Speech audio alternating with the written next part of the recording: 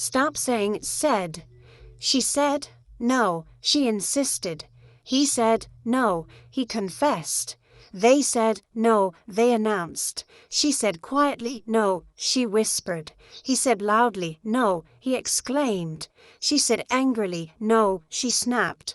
He said proudly, no, he boasted.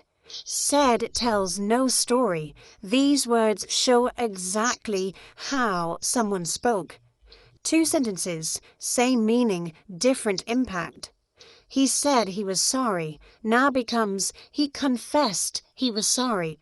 That one verb turns a boring sentence into a moment you can see. Click the link in my bio to start following the system and learning more vocabulary.